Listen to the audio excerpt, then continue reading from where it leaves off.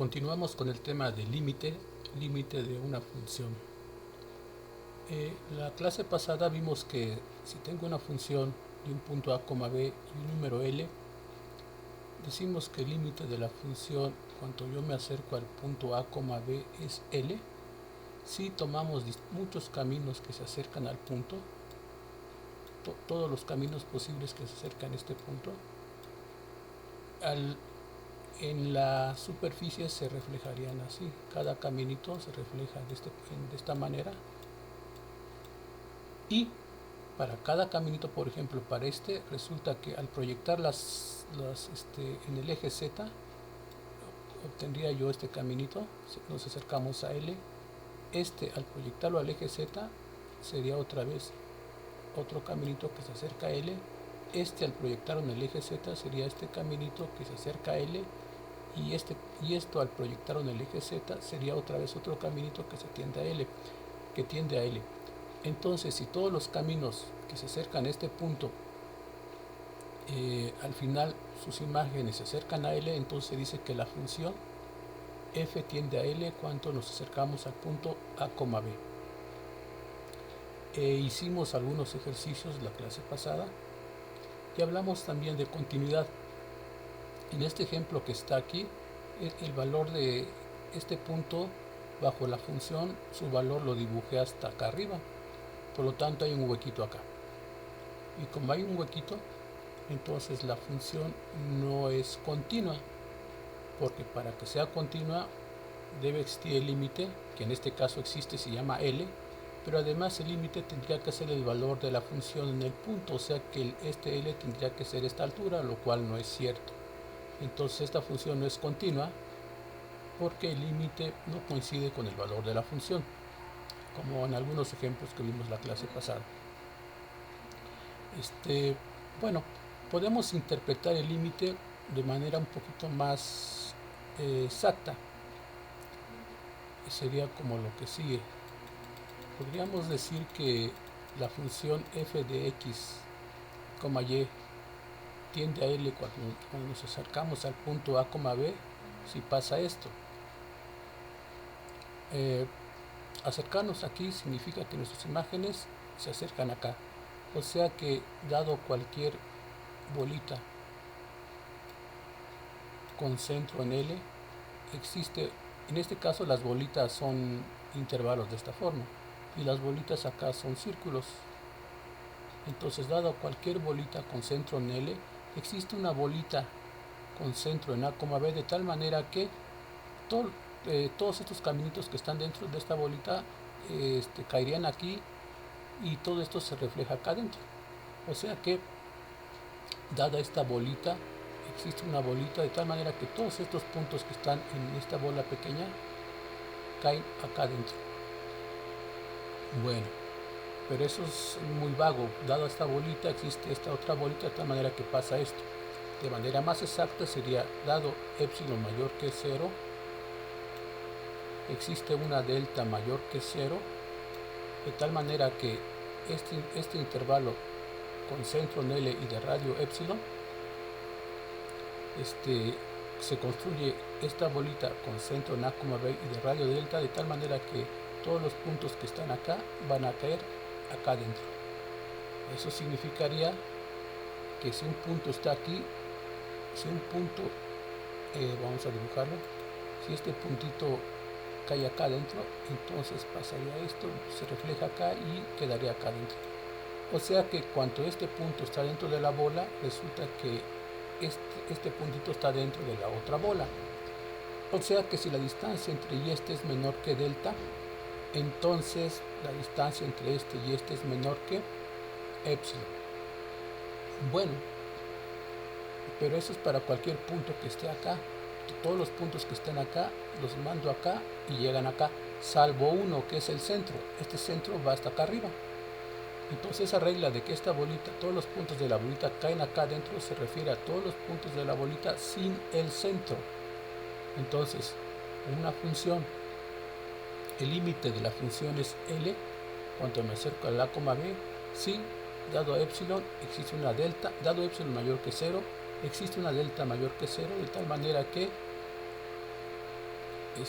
todos los puntos que estén en esta bolita sin ser el centro de la bolita, todos esos puntos satisfacen que caen acá adentro. Bueno, pero ¿qué significa que este punto esté acá adentro? Eso significaría que la distancia entre este punto y este es menor que delta. ¿Y qué significa que este punto esté acá adentro? Pues que la distancia entre este punto y este es menor que épsilon. Bueno, entonces ya tenemos una definición más exacta. Dado épsilon, existe delta. Dado épsilon mayor que 0, existe delta mayor que 0, tal que si este punto x, y menos a, b es menor que delta, entonces f de x, y menos L es menor que épsilon. Y eso es lo que dice la definición de manera más formal.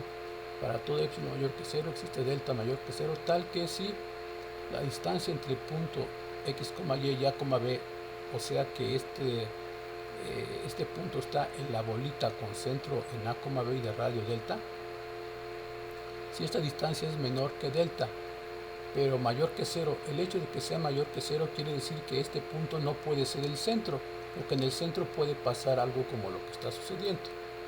En el centro la función se fue hasta acá arriba y no cayó acá adentro. Entonces siempre hay que evitar el centro cuando hablamos de límites, porque en este caso el centro sí tiene un valor, tiene una altura, pero a lo mejor resulta que el centro ni siquiera tiene no se le asocia ninguna altura, entonces realmente habría un hueco total en toda esta recta. Pero bueno, entonces este límite va a ser L si para todo x mayor que 0 existe delta mayor que 0, tal que si la distancia del punto x, y al punto a, b es menor que delta, entonces la imagen del punto menos L es menor que epsilon. Bueno, regresamos al dibujo. Entonces, esto es en términos de normas. Si esta distancia o la norma entre la norma de esta diferencia es menor que delta, entonces la norma entre esta diferencia es menor que epsilon. ¿Okay? Lo podemos interpretar de otra manera que ya lo mencioné aquí. O sea, dado cualquier bolita, existe una bolita de tal manera que todos estos puntos caen acá adentro. Eso se escribe así. Para todo epsilon mayor que 0, o sea, la bola en el eje, con esto construimos la bola en el eje Z, existe un delta mayor que 0, con esto construimos la bola en el eje, en el plano XY, pero sin el centro, la bola con centro en el punto A, B de radio delta sin el centro, con esta delta construimos esta bolita, y el hecho de que todos estos puntos caen acá adentro significa que al aplicarle la función f a todos los puntos, todos esos puntos van a caer acá adentro. Eso se escribe de esta manera. Al aplicarle a f, le aplicamos a f es una función. Existen los valores de f de x para x, o existen valores en cualquier punto de la función f de x, y, porque la función está definida. Pero lo que dice aquí no es evaluar la función, es agarrar un conjunto y aplicarle la función. Esta bola sin el centro le aplico yo la función y entonces lo que obtengo es que la resultante cae dentro de la bola con centro en L y de radio epsilon. Vuelvo a insistir, simplemente es agarrar esta bolita, aplicarle f a toda esta bolita, incluyendo todos estos puntos, y al aplicarle f esto va a caer acá adentro. Eso es lo que significaría que una función, bueno, eso significaría que el límite de la función es L. Bueno, entonces hay tres maneras de interpretarlo: el límite, ya sea con normas, ya sea con bolitas, y en cualquier caso representan este límite. Entonces, resumiendo, el límite de la función es L. ¿Por qué? Porque dado cualquier bolita acá, existe una bolita acá, de tal manera que todos estos caen acá adentro. O sea, dado cualquier epsilon, existe una delta, de tal manera que se construye esta bolita y su imagen cae dentro de esta otra bolita, que es la definición en términos de bolitas o de bolas. Y en términos de normas significa que dado epsilon mayor que 0 existe delta mayor que 0, tal que si la distancia entre cualquier punto del plano y a, b es menor que delta, entonces sus imágenes satisfacen que la distancia entre f de x, este es x, y, la distancia entre f de x, y L es menor que epsilon.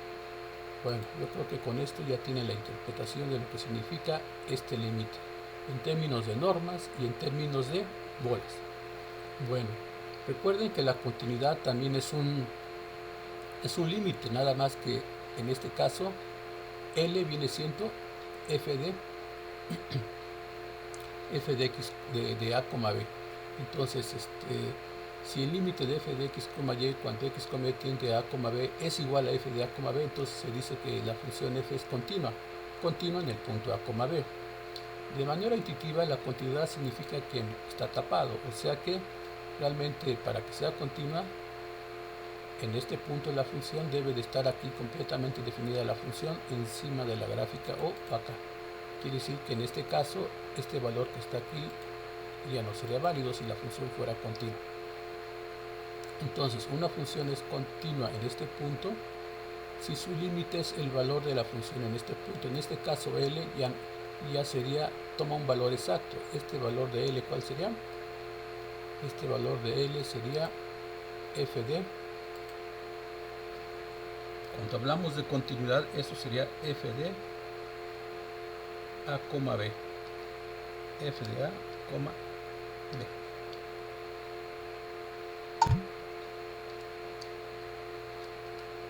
Bueno, entonces, ahorita ya estamos hablando de continuidad. Entonces, la función es continua en el punto a, b, si al acercarnos al punto a, b, resulta que nos estamos acercando en este caso, al valor de L, que es f de a, b. De manera geométrica significa que no hay ningún hueco acá. Ok, entonces, como la continuidad es un límite, pues surgen las mismas interpretaciones. Una función es continua en este punto. Una función f es continua en este punto si, en términos de bolitas, sería, dado cualquier bolita con centro en f de a, b, existe una bolita con centro en a, b, de tal manera que todos estos puntos caen acá adentro. Todos los puntos, en particular el centro. O sea que en este caso no excluimos el centro. La continuidad trabaja incluyendo el centro en esta bolita. O sea que una función f va a ser continua en este punto si dado cualquier bolita acá, existe una bolita acá, de tal manera que todos los puntos de la bolita caen acá adentro. Todos. Si fuera nada más el puro límite, entonces serían todos los puntos, salvo menos el centro, caerían acá adentro. Pero en este caso la función es continua, entonces serían todos los puntos de esta bolita van a caer acá adentro. Bueno, entonces en términos de bolitas. En términos de normas diríamos, para toda epsilon mayor que 0 existe delta mayor que 0, de tal manera que si la norma de este vector o la distancia entre este vector es menor que delta, entonces la distancia entre este es x, y, entre f de x, y f de a, b es menor que epsilon. Bueno, entonces la diferencia entre la definición de límite y continuidad es que aquí en esta bolita, cuando hablamos de un límite al acercarnos al centro de la bolita, resulta que la definición trabaja con todos estos puntos que van a quedar acá adentro, pero sin incluir el centro. Y si la función es continua, sí habría que incluir el centro, porque sí está definida. De hecho, esto denota intuitivamente la continuidad, o sea que no hay ningún hueco acá. Por lo tanto, este punto sí caería acá adentro. Cosa que no ocurre si hubiera un hueco. Por ejemplo, si hubiera un hueco acá, este punto pues no cae a ningún lado, no caería acá. Bueno, entonces tenemos la diferencia entre continuidad y límite en las definiciones. Casi son las mismas. Si se fijan, hablamos de continuidad y decimos que para toda epsilon mayor que 0 existe delta mayor que 0, de tal manera que si pasa esto, que si esto es menor que delta, Me faltó poner menor que delta. Esto es menor que delta. Es menor que delta. Entonces, ¿dónde está la delta? Que si esto es menor que delta, entonces las imágenes, el f de este punto, la imagen de este punto menos la imagen del valor del a, b es menor que epsilon. Ok, la diferencia es que aquí ya no se pide que esto sea mayor que 0, porque el punto x, y sí puede ser a, b, porque estamos hablando de continuidad. O sea que el a, b sí estaría en el dominio de la función. En otras palabras, existe este valor, existe f de a, b. Por lo tanto, x, y podría ser el punto a, b. Y la definición del límite excluye vemos la condición de que esta diferencia tiene que ser mayor que 0. En la definición de continuidad se permite que pueda ser igual que 0. Y en términos de bolitas sería casi lo mismo. El límite sería, construimos la bolita en el eje Z, construimos la bolita en el plano XY, le quitamos el centro y lo mapeamos, y caería, la imagen de la función caería dentro de esta bolita. Se observa que quitamos el centro. Y al hablar de continuidad, pues sería lo mismo, toda la bolita en el plano x, y, con centro en a, b y radio delta, la mandamos al eje z y tendría que caer dentro de esta bolita. Aquí ya no quitamos el centro porque estamos hablando de continuidad. Bueno, aquí están las tres formas de ver el límite y las tres formas de ver continuidad. Ok. Bueno, cuando hablamos de límites, nos acercamos de diversas formas. Vamos a quitar aquí algunas cosas. Ok, cuando hablamos de límite en este punto, pues quedamos en que me puedo acercar de esta manera, de esta otra manera, de esta otra manera, y todos se reflejan acá. Y en principio todos se acercarían a este punto L. Ok. Cuando analizamos límites, decíamos que había unos caminos. Me puedo acercar por este caminito. Pues me puedo acercar por este caminito, un camino paralelo al eje X, un camino paralelo al eje Y, o pues una función que pase aquí, por ejemplo una recta o una parábola o una hipérbola, etcétera. Hay varios caminos para acercarnos a este punto.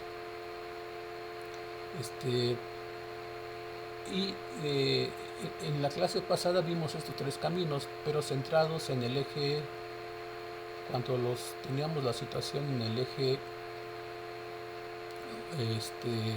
cuando nos acercábamos al origen, al 0,0, nos acercábamos por este punto. Si nos acercamos al 0,0 sería acercarnos por este caminito, por ya son dos caminos, y les dimos otro camino que era una recta, por ejemplo.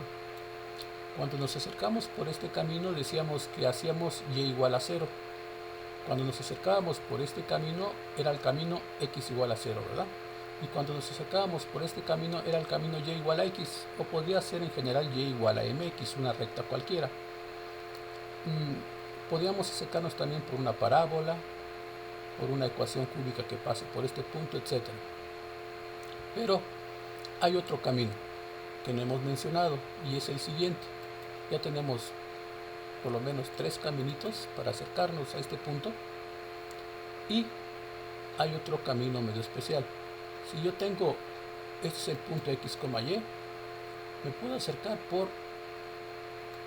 yéndome paralelo al eje X. Ya que llego acá, entonces me voy sobre el eje Y y llego acá. Ese sería un camino. El otro camino sería irme paralelo al eje Y, llegar aquí y después de aquí irme al 0,0. Bueno, estos dos caminos que acabo de mencionar generan lo que se llama límites iterados.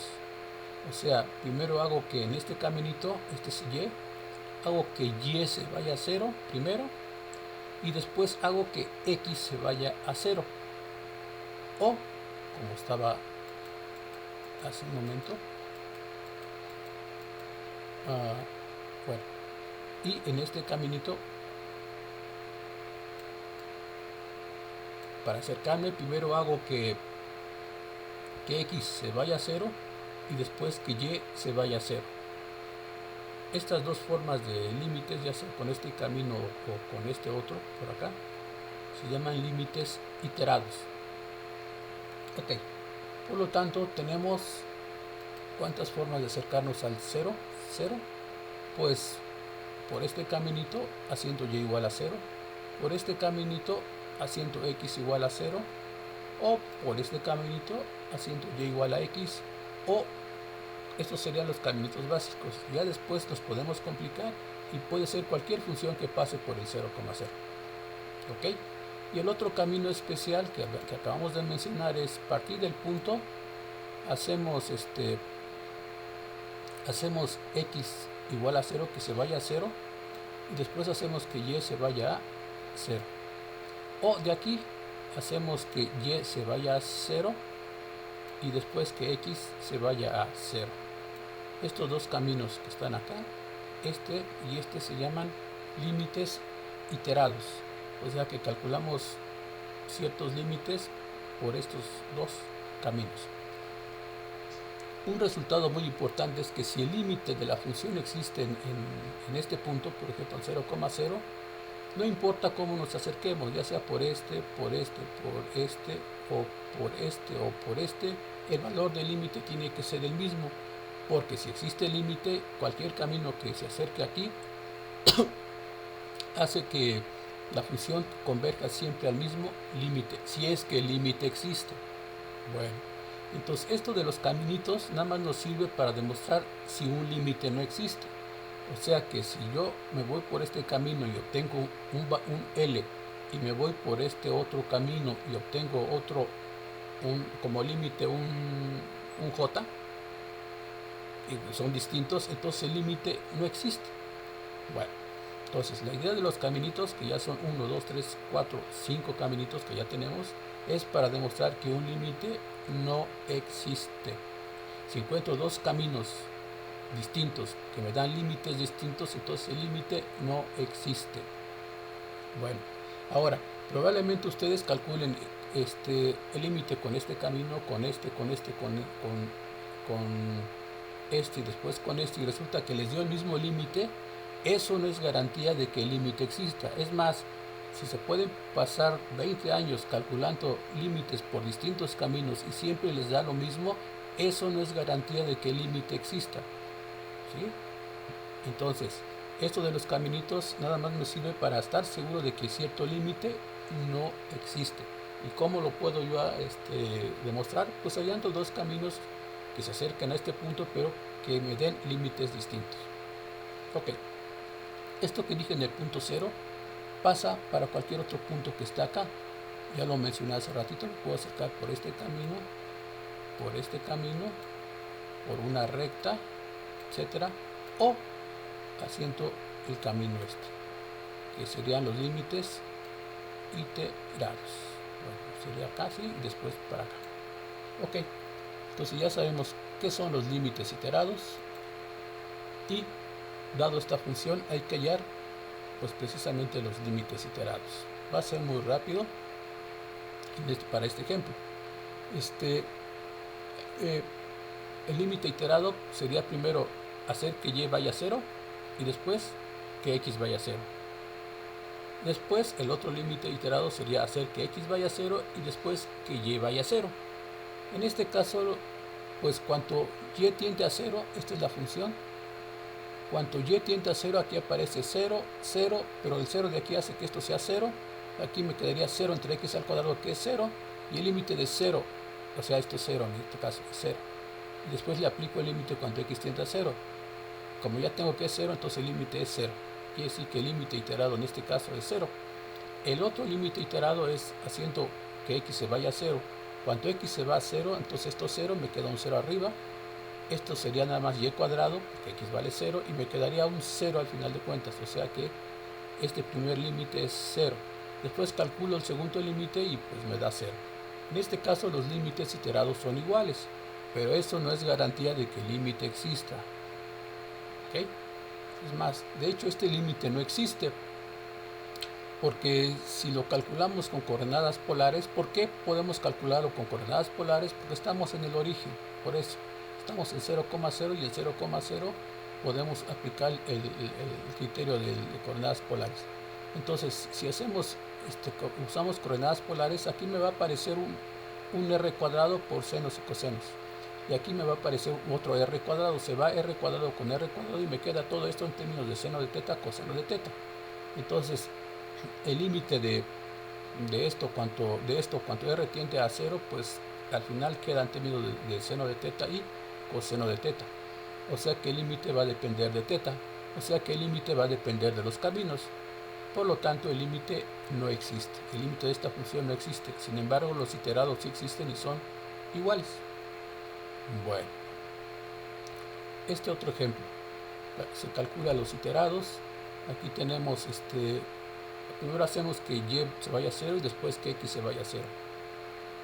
Al hacer que y se vaya a 0, resulta que el límite de esto cuando y se va a 0, esto es 0, y me quedaría x cuadrado entre x cuadrado, que es 1, que es este 1, y después hago que x se vaya a 0 y este límite es 1.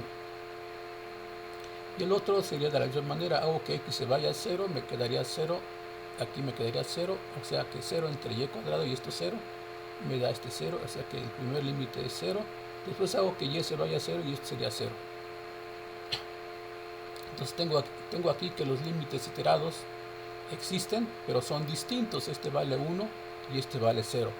Bueno, esa es una garantía para decir que este límite no existe, ¿verdad? Porque ya tengo dos caminos distintos cuyos límites son distintos, por lo tanto este límite no existe. Y por otro lado podríamos ver que este límite no existe porque si usamos coordenadas polares, se puede usar porque estamos en el 0,0.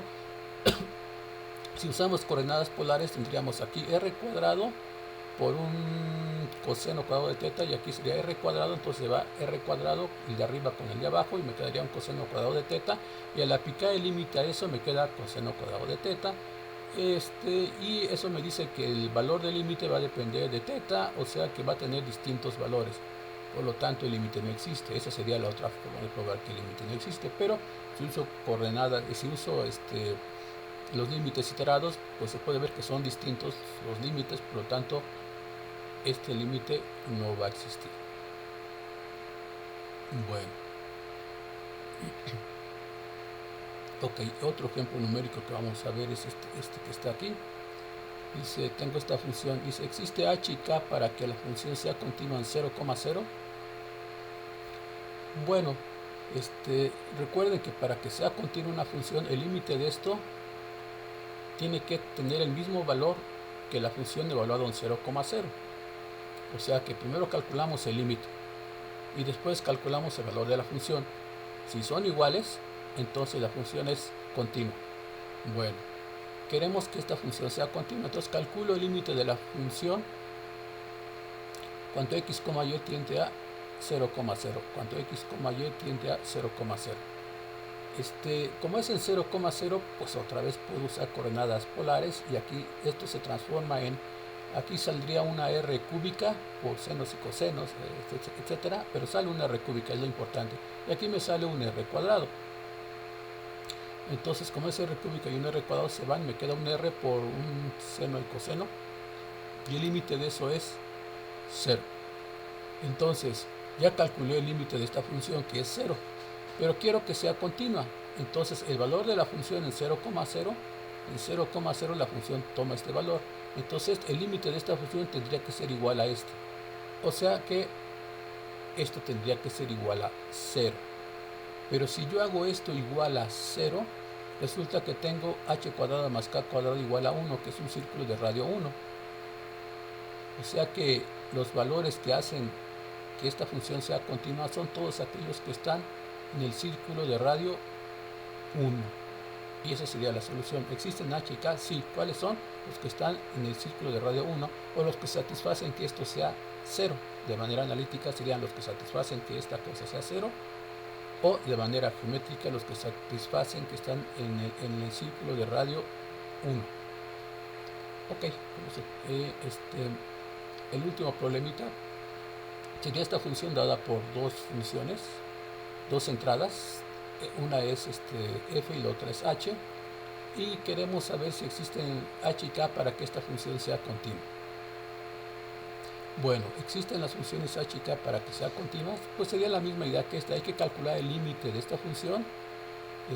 Una vez que tenga el valor del límite, tendría que ser igual al valor de la función en 0,0, o sea que el límite de esto tendría que ser este valor, tendría que tener este valor para que la función sea continua.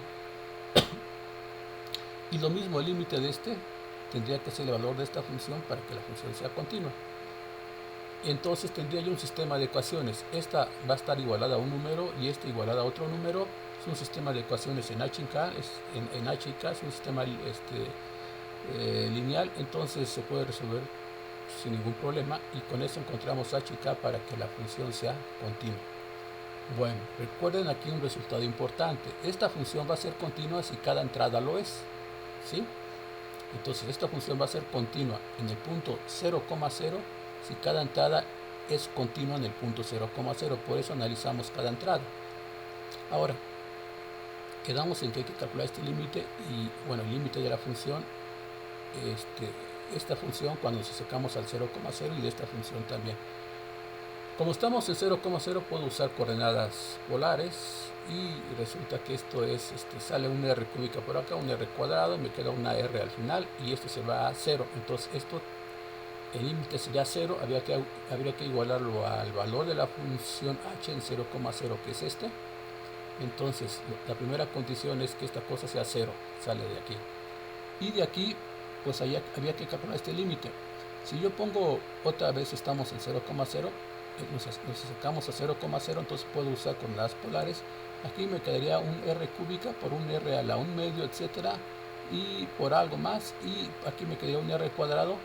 Entonces me quedaría un r por un r a la 1 medio, y me queda r a la 1.5. Bueno, entonces aplicamos el límite y esto se va a 0. Por lo tanto, esto también es igual a 0, y ya tengo mi sistema de ecuaciones. Hay un detalle aquí. Aquí dice raíz de y. Entonces, esta ecuación, esta función va a ser continua en su dominio. El dominio de esta función es todo el plano. Aquí no hay problemas. Pero aquí sí.